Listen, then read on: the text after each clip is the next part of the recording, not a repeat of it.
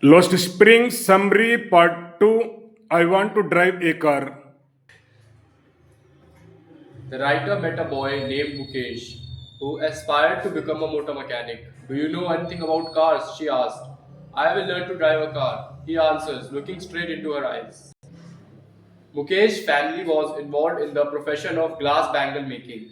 They did not know that it was unlawful to force children to work in such glass furnaces. The workplaces were hot, dark, closed rooms without ventilation. They often ended up losing their eyesight also. Mukesh was happy as he took the writer to his home. The house where Mukesh lived was partially constructed hut. As Mukesh's father entered the house, the daughter-in-law hid behind the wall and covered her face behind her veil. It was a tradition for the daughters-in-law to hide their face in the presence of the older male members of the family.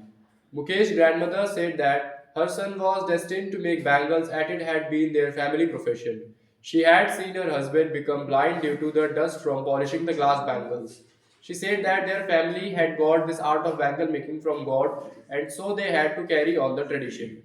They were born in a particular caste which had to follow the profession of bangle making. All their life they had just seen these glass bangles. There was a young girl by the name of Savita. She was sitting with an elderly woman and they were joining pieces of glass to make bangles. The writer wondered if Savita knew that the bangles were a good omen for a woman's wifehood. The writer suggests them to form a cooperative. She talked to a group of young men to get out of the clutches of the cruel middlemen who had trapped their elders. The men said that if they dared to do something like that, they would be dragged and beaten up by the police and sent to jail. The writer felt that as they had no leader, they could not think of doing things differently.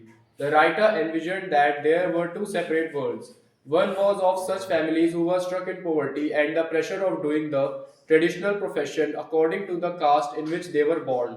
The other world is a never ending cycle of moneylenders, middlemen, policemen, lawkeepers, government officials, and politicians. Both of these worlds had forced the young boys to follow the family traditions.